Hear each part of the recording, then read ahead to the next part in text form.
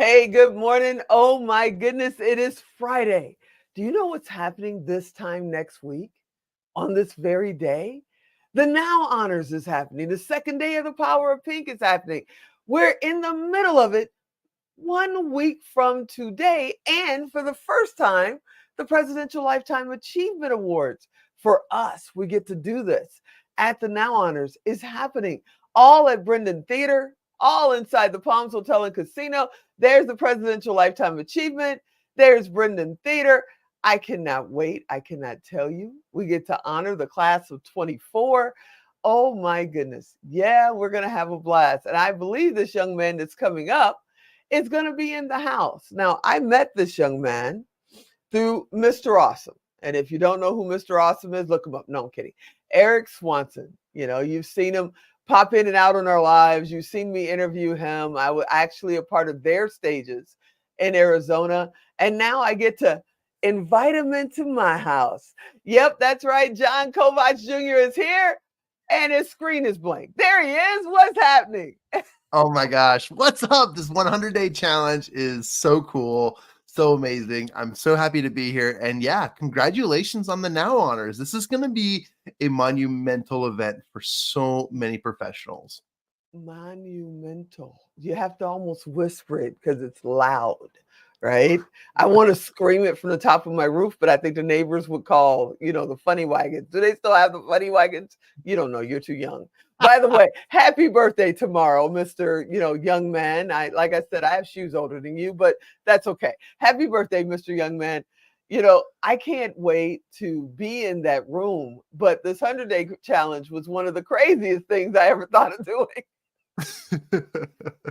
I can do another 100-day challenge, but I will not do them live every morning. I'll pre-record them and then we'll drop in and talk to people and stuff.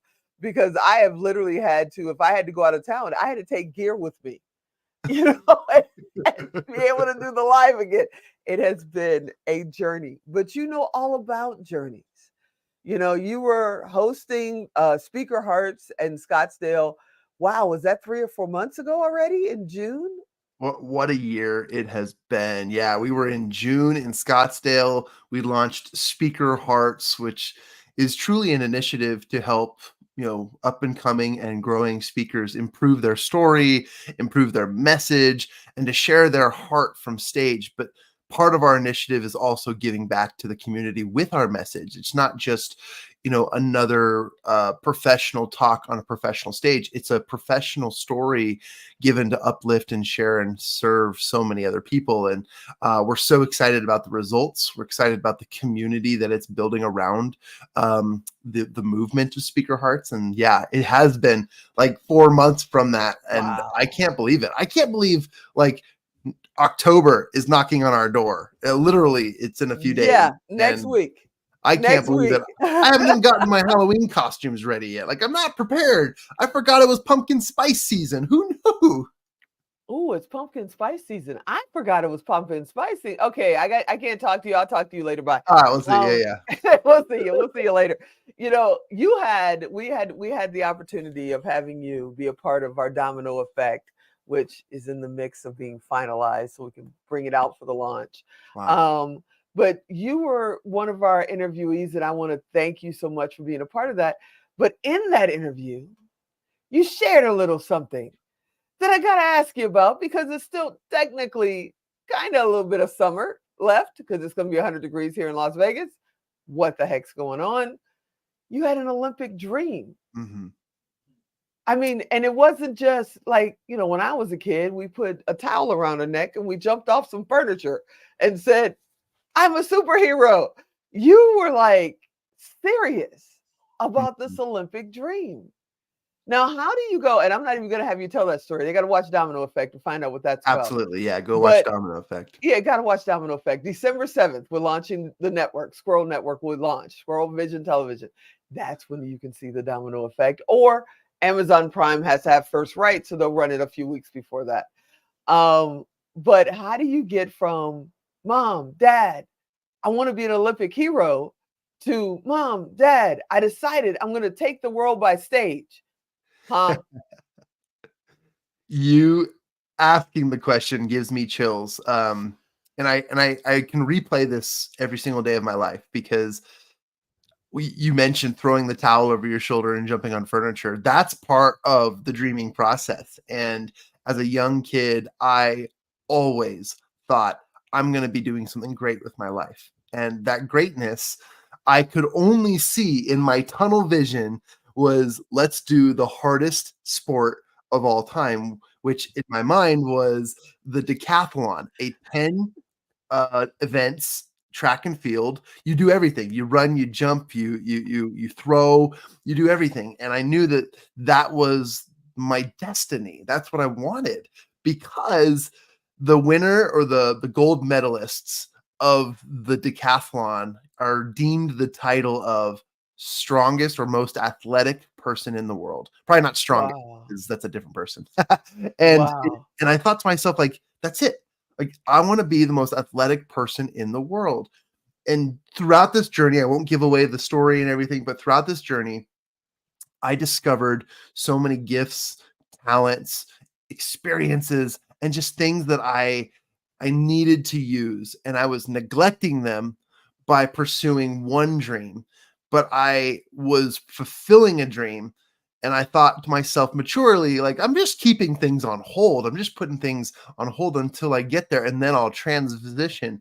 But I read this amazing book called Think and Grow Rich, and it gave me this mindset that changed everything for me. I saw how I can transition my athletic energy that I put into training, eating, exercising, weightlifting, and running laps, right, to my entrepreneurial spirit, how I can Mhm. teach, train, and use my voice. And there were so many things that I saw it was just a no brainer.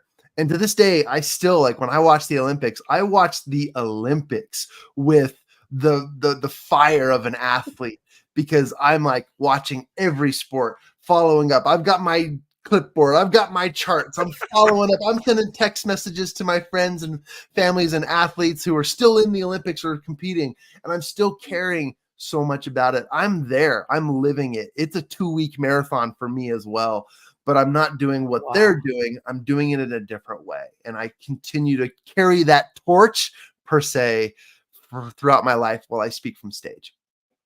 I was at Secret Knock this past month, and a young man took the stage. I'm sorry, I cannot remember his name, but he was the young man who took gold in the BMX bikes. And then the following Olympics, he was the one that got so injured they thought would never walk again. Do you remember that? I believe they do. Yeah. Yeah, and he had brain damage, and they were like, "This is it for him." And now he's a commentator for the Olympics.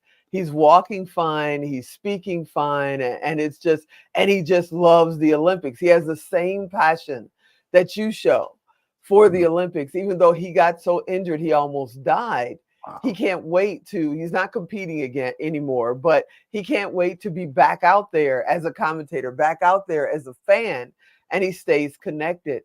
In the now, we call ourselves the now family, because all the ladies and the gentlemen, we stay connected all year. You need us, we're there. It doesn't matter, right? And you seem to be the same way about the Olympics. So this is a long way for me to ask you. If somebody called you up and said, I want to do it, I want to be the strongest or the most athletic person on the planet. Will you help me train? Will you tell me tips? Will you be there for me? Would you do it? Absolutely. Um, One of my favorite, I guess, principles to success and achieving things is the principles of accountability. And one of the reasons why I love accountability is nobody is perfect and nobody is perfect at it. But one of my favorite things about accountability is not only do you need to seek personal integrity with yourself, do what you say you're going to do, but you also need to seek and confide in others. And I tell people not only find an accountability buddy, but find coaches, mentors, and people who believe in you. But that buddy is really important. It's like you need people who will hold you accountable, who will be there for you. Because there have been days where I've thrown in the towel and I've said, Hmm. this is ridiculous. I am I don't know. And that's just frustration talking. It's not me actually quitting. And I love that I have people in my life who I have hand selected, but also people who were just born into my life that have no choice but to say, John, that's not like you. You said you were going to do this, so you've got to do this. And I couldn't thank them more than I can thank myself, because when it comes to achieving goals or success or doing whatever it is that you want to achieve and do, you've got to surround yourself with the type of people who are going to hold you responsible for what you want to achieve. And I love that about accountability. It is the hardest lesson to learn, but it's also one of the better lessons to learn, because then, and truly then, will you know who you are surrounded with and what a real friend looks like, because those are the real friends that you just can't get rid of. You just can't leave. You have to have these people in your life. They're amazing. Yeah, I have a handful of people like that, a few hundred that I just can't leave. And, and I have to surround myself. But how? How? People stop all the time and they ask me all the time, you're doing a 100-day challenge. You're doing the Now Honors in the Power of Pink. Nothing seems to stop you. And I do a reaccountability of my life every morning. I just told somebody that this morning. I'm like, what are you doing? Oh, I'm reaccounting for my life and wondering what the heck am I doing and why am I doing it? To keep myself moving forward and not just stopping. A lot of people stop. The wind blows, it rains, their socks are not quite right, and they just stop. How do you motivate them the way you do? And you have such a skill for it, to not only stick to the course, but surpass their goals. How do you do that? Well, in Napoleon Hill's Think and Grow Rich, he talks about how most people stop 3 feet from gold. And Hmm. you can read that book to understand that reference and story. But how do you stop that? Well, there's a number of words that I could use to describe the process of overcoming any obstacle. And first of all, I always say you can get unstuck no matter what you do, where you're at.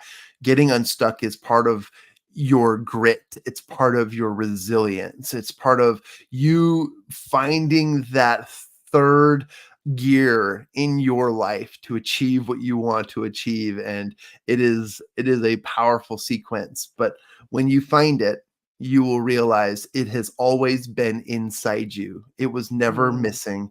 It has always been there.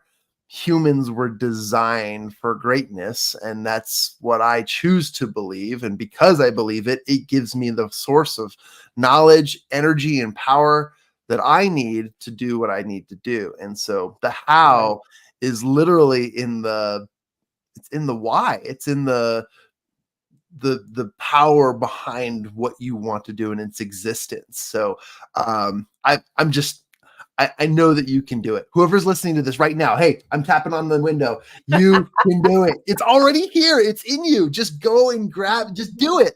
Like I remember that meme with Shia LaBeouf, and he's got a green screen behind him, and he's like, "Just do it, Right. do it. You said you were gonna do it." I love that, because that's it.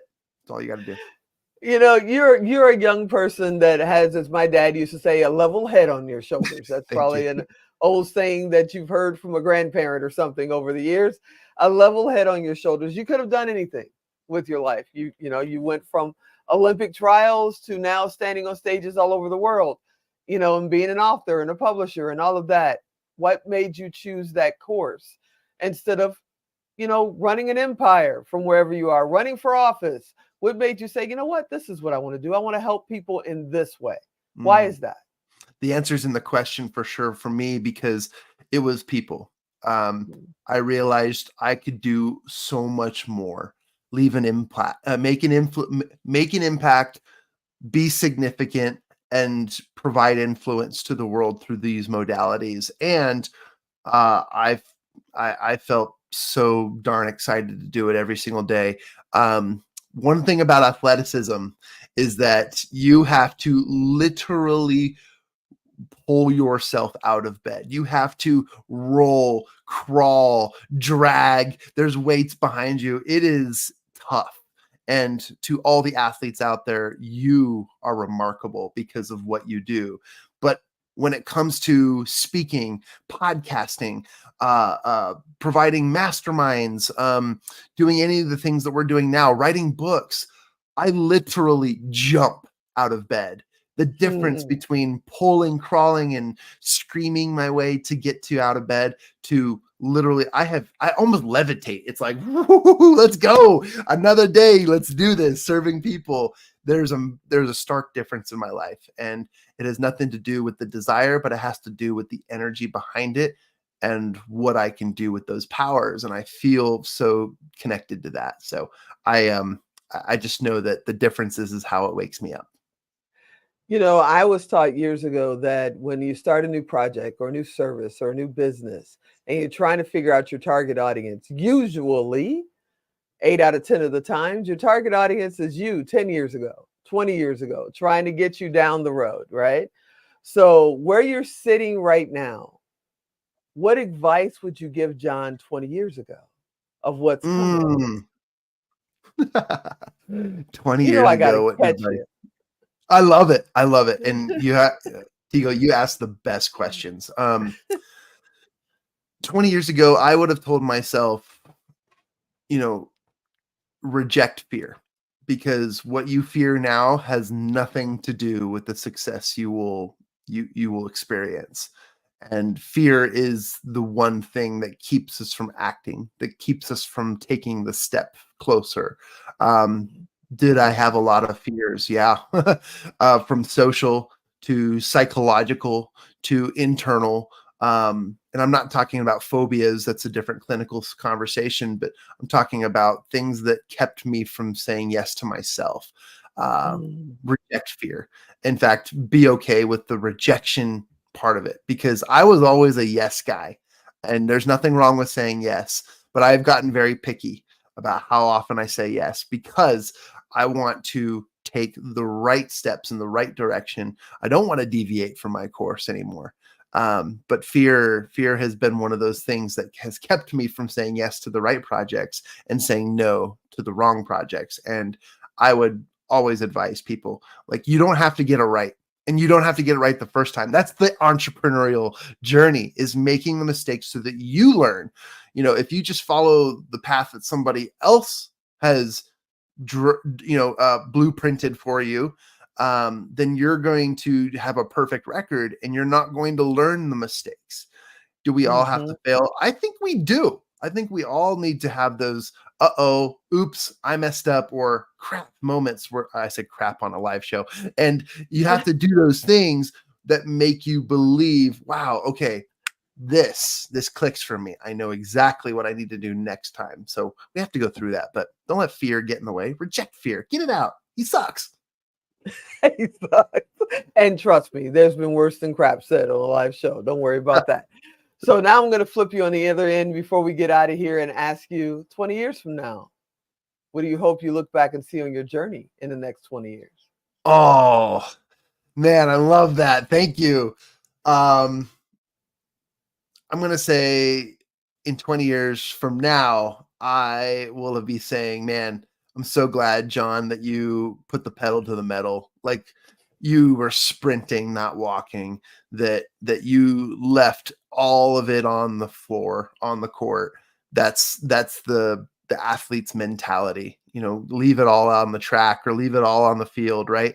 And I'm getting choked up as I'm saying this, Tigo, because I'm envisioning the work, the effort.